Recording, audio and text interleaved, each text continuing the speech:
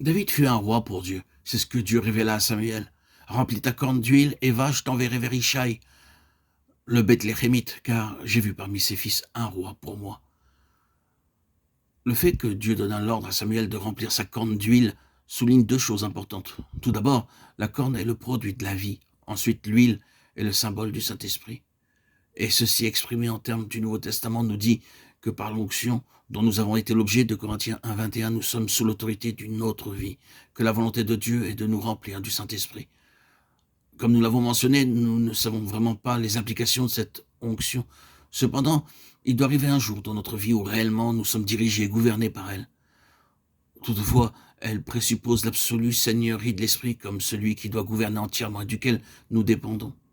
Ce fut en raison de son immaturité que Dieu donna à Saül différents signes dès son onction, ce qui ne fut pas le cas de David.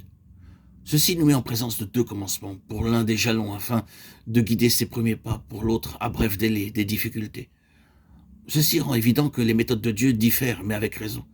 C'est ainsi que lorsque, dès les premiers pas dans notre vie chrétienne, nous sommes amenés dans les épreuves et circonstances difficiles, ceci est un indice que nous sommes appelés à des responsabilités importantes et qu'elles impliquent une discipline plus sévère et une mesure spirituelle correspondante. La vie de David peut se diviser en trois périodes. La première, qui va de son onction par le prophète Samuel, 1 Samuel 16, jusqu'à la fin de ce livre, elle couvrit environ 8 ans, et on peut la considérer comme une période de préparation. Ce fut un temps où il fut errant, pourchassé par le roi Saül. La seconde période est celle où il régna à Hébron, après la mort de Saül, de Samuel 2, 1 à 4. Elle fut d'une durée de 7 ans et demi. La troisième période de 33 ans, où il régna sur tout Israël et Juda, de Samuel 5, 5. Les grandes révélations concernant le temple, la maison de Dieu, lui furent données durant cette période. Nous verrons dans l'histoire de cet homme et comment Dieu le forma, le disciplina pour en faire un roi pour lui, et comment le Seigneur entreprend notre formation professionnelle, comment nous sommes amenés à la pleine maturité et préparés pour régner avec lui dans les âges à venir.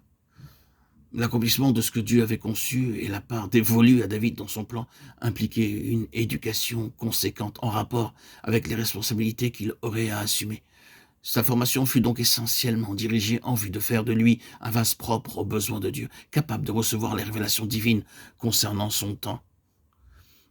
Il est des plus important de voir que, au cours des âges passés, comme dans le temps présent, Dieu travaille à ce qu'il a pensé et conçu dès avant que le monde fût, ce qui signifie que maintenant il poursuit la réalisation de ce qu'il a préétabli dans l'éternité passée. Se savoir dans une activité de Dieu est une chose très importante, et l'on ne saurait trop insister sur l'importance fondamentale de travailler en relation et en union avec notre Seigneur pour l'exécution de ce qu'il nous a révélé de son plan, lié à la maison spirituelle de Dieu, l'Église qui est son corps. Nous verrons qu'être dans une telle activité n'est pas une petite chose, que cela demande de notre part un abandon sans réserve entre les mains de Dieu. Ce qui nous est enseigné par la vie de David le sera aussi à tous ceux qui voudront suivre le Seigneur jusqu'au bout, en assumant leur part dans son dessein.